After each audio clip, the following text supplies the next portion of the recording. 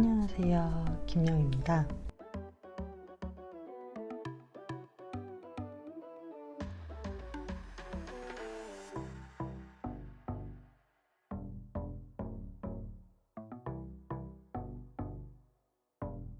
첫 번째는 카더라 통신은 모두 숙지하고 가자입니다. 이게 무슨 말이냐면 카더라 통신은 대체로 정답이 아닌 경우가 많아요. 하지만 절대적인 건 없고 또 이러한 질문들을 많이 알수록 어떤 게 옳고 그른지를 확실하게 할 수 있으니까 모두 다 숙지하고 가는 게 좋을 것 같습니다. 자격증 시험은 사실 시기가 명확한 기준이 나와 있지 않아요. 그래서 학원을 다니셔도 누구 하나 명확하게 답을 내려주기가 어렵습니다. 그래서 제가 독학을 더 추천하는 방법은 학원에 간다고 모두 정답은 아니에요. 하지만 내가 스스로 정보를 찾고 그거를 내 것으로 만들면 오히려 독학 부분이 내 것이 많다고 하면 훨씬 더 낫다는 거죠. 비용적으로나 시간적으로나.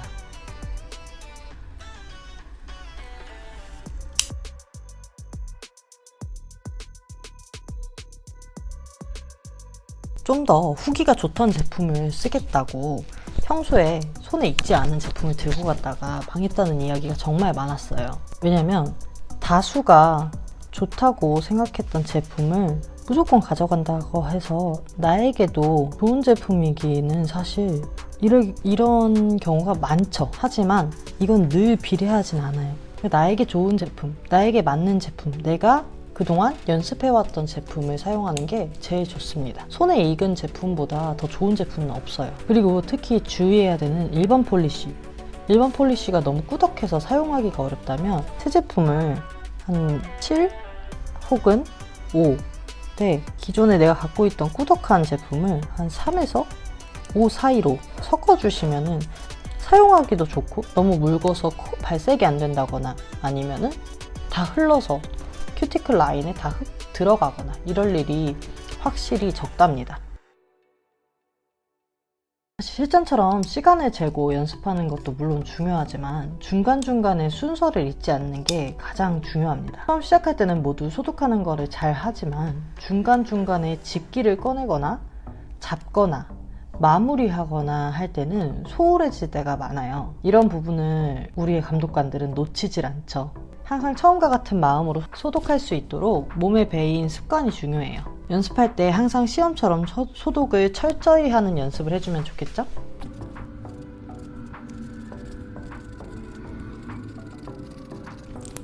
자, 저는 사실 시험장 가서 이게 제일 어려웠어요.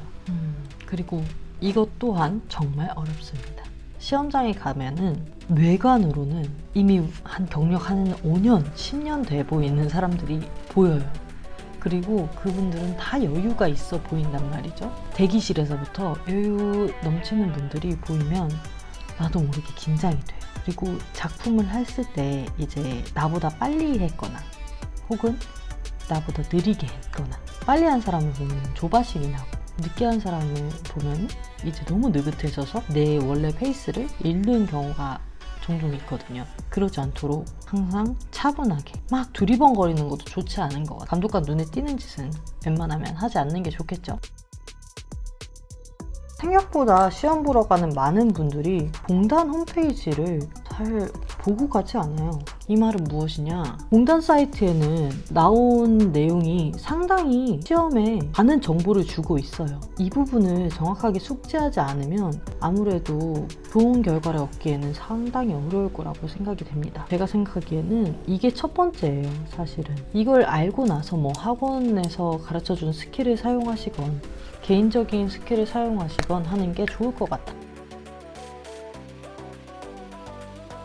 앞선 영상에서 말씀을 드렸듯이 모델을 상호 모델로 하시면 가능한 일이에요. 상호 모델이면은 한 분이 먼저 시험을 볼 테고 그리고 그 다음에 이렇게 보겠죠. 근데 둘 중에 분명히 조금이라도 더 잘하시는 분이 있으셔야 이 밸런스가 맞거든요. 이 사람은 브라를 잘해. 근데 이 사람은 풀코스를 잘해. 그럼 둘이서 서로 도와줄 수 있겠죠? 그리고 이분은 학원을 다녀. 근데 이 사람은 독학을 해. 그러면 학원에서 있는 정보 그리고 독학을 하면서 얻은 정보를 서로 교환을 할 수가 있어야 돼요. 그래야 둘 다 윈윈이지 일방적으로 한쪽만 잘하고 한쪽이 너무 못해버리면 이 못한다는 거는 노력도 하지 않고 실력이 별로 또 좋지도 않고 또 연습도 잘 안 해. 이게 못한다는 그 전제 조건이고요. 못하시는 분이 둘 다 그러시면은 이 상호 모델의 의미가 사실 좋지 않아요. 오히려 둘 다 떨어질 수 있어요. 그러니까 서로 도울 수 있도록 우리의 경쟁자는 이 둘이 아니에요. 결론은 조금 더 전체적인 밸런스가 떨어지는 분 시험 모델을 먼저를 하세요. 시험 모델. 그래야 여기 분위기를 한번 볼 거 아니에요. 그리고 나서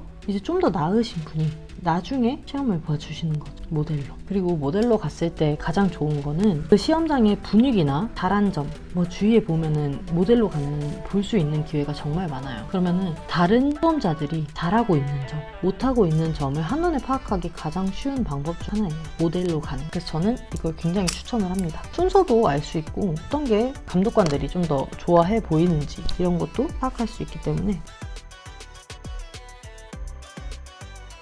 이걸 제가 왜 이렇게 했냐면 저랑 같이 시험 봤던 한 분이 익숙하지 않은 것처럼 보이는 사이였어요. 감독관에게 눈에 띄었고 계속 한숨을 쉬고 그리고 마지막에 시험장에서 나오면서 좀 울먹거리면서 나오더라고요. 그러니까 망친 거죠, 한마디로. 사실 거기에서 나를 온전히 믿고 맡길 수 있는 사람은 모델밖에 없어요. 그러니까 내가 실수를 하건 잊어버렸건 전날 사전 준비와 시험 당일에만 겨우 만난 사람이랑 하루에 30분씩 한 달을 연습한 사람과 그중 누가 더 시험장에서 수월하게 진행이 될까요? 이건 말하지 않아도 모두가 정답을 아는 질문이라고 생각합니다. 낯선 시험장에서 낯선 시험 분위기 그리고 낯선 모델의 손 그리고 낯선 모델과의 텔레파시 이게 만난다면 이건 정말 파국이죠. 하지만 익숙한 손이 무조건 좋다는 말은 또 아니에요.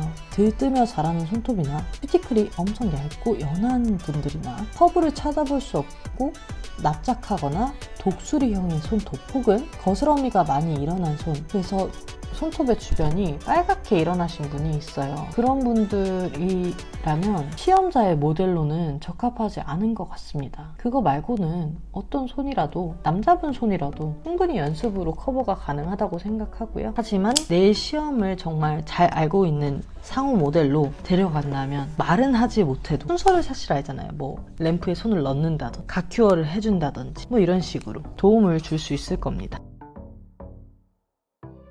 제가 처음에 독학을 준비하면서 정말 자주 들어갔던 네이버 카페인데요. 여기서 정말 많은 도움을 받았어요. 그 카페에 가면은 국시 게시판에 정말 무수히 많은 정보들이 들어있거든요. 그중 하나의 게시판에는 내가 연습한 결과물을 이렇게 사진으로 올리면 평가를 해줘요. 저보다 그 부분에서 잘 알고 계시는 분들 혹은 정말 일반인의 눈으로도 이상한 건 정말 이상한 거거든요. 그리고 혼자는 내가 얼마나 하는지 사실 알 수가 없어요. 객관적인 판단이 어렵죠. 근데 독학러는 학원에 계신 선생님들께 받아야 하는 피드백을 받을 곳이 없어요, 사실. 근데 이 공간이, 이 게시판이 독학의 부족함을 채워줄 수 있는 곳이라고 저는 생각합니다. 그래서 저는 이 게시판을 부끄러워하지 말고 두려워하지 말고 도전해보는 걸 정말 추천을 드립니다. 저의 실제 경험담입니다. 거즈를 정말 넉넉하게 가져갔다고 생각을 했어요. 근데 제가 소독을 너무 열중한 나머지 나중에는 엄청나게 아껴쓰면서 뭔가 마음이 불안한 상태로 시험을 마무리했던 것 같아요. 거의 4교시 땐 거의 없었어요. 본인들이 생각하는 양보다 2배 정도 넉넉하게 가지고 가시고 남으면 뭐 가지고 오시면 되니까. 저는 무거울까봐 그 거즈를 빼는데요. 거즈의 무게는 얼마 되지 않았습니다. 저처럼 꼼수 부리다가 가서 쫄려서 시험 망치지 마시고 넉넉하게 가져가셨으면 좋겠습니다. 마지막 10번 끝났다고 끝이 아니다. 자, 시험이 끝났다고 가만히 앉아 있으면 감독관은 수험자를 더 자주 더 여러 번 보고 있을 상황이 만들어집니다. 어쩔 수 없이 눈에 띄는 행동은 절대 안 하는 게 좋아요. 좋은 쪽이든 나쁜 쪽이든 눈에 띄지 않는 게 제 개인적으로는 베스트인 것 같습니다. 내가 만약에 시술이 끝났다고 한들 끝까지 손을 바쁘게 움직이면 어느새 끝난 수험자가 많아지고 그때는 이제 마무리를 해주면 됩니다. 뭐든 다른 사람과 비슷하게 하는 게 최고인 것 같아요. 너무 늦게 하는 것도 좋지 않은 것 같습니다. 마지막으로 한마디만 더 드리면 저는 독학으로 했지만 지식만으론 정말 시험을 한 50번은 떨어졌다 다시 붙은 사람이었어요. 왜냐면 저는 그 멘사 카페에 들어가서 보시면은 정말 떨어지신 분들이 많아요. 실기 합격률도 사실 그렇게 높은 편은 아닌 것 같고요. 다른 뭐 여타 시험보다는 그렇게 높은 편이 아닌 상황에서 떨어지시는 분들 혹은 붙으시는 분들이 그 멘사 카페에다가 후기를 남기시는 분들이 아주 고마운 분들이 많아요. 그분들의 경험을 저는 정말 하나도 빠짐없이 다 읽었어요. 생각보다 많은 분들이 제 영상을 보셨더라고요. 그래서 내가 혹시 너무 쉬운 것처럼 이야기를 해서 지금 현역으로 근무하고 계시는 네일리스트 분들 그리고 뭐 이제 막 학원을 다니시는 분들의 사기를 좀 꺾은 게 아닐까라는 생각도 좀 들고 많은 분들이 보는 만큼 내가 어떻게 했었는지 정확하게 전달을 하는 게 좋겠다고 생각이 들어서 두 번째 걸 영상을 되게 고민을 많이 하고 영상을 찍었어요. 결론은 최소한 제가 말씀드린 이것만이라도 한 달 동안 정말 30분이라도 좋아요. 꾸준히 해주시는 게 정말 중요합니다. 어찌됐든 이제 곧 새해인데요. 새해에는 많은 네일리스트들이 더 좋은 환경에서 더 좋은 대우를 받으면서 더 좋은 발전을 할 수도 있기를 정말 바라고요. 오늘의 영상은 여기까지 하겠습니다. 모두 2019년 마무리 잘 하시고요. 2020년에도 더 많은 분들이 시험에 합격하시길 바라겠고요. 다음 영상에서 알찬 정보로 돌아올 수 있도록 하겠습니다. 감사합니다.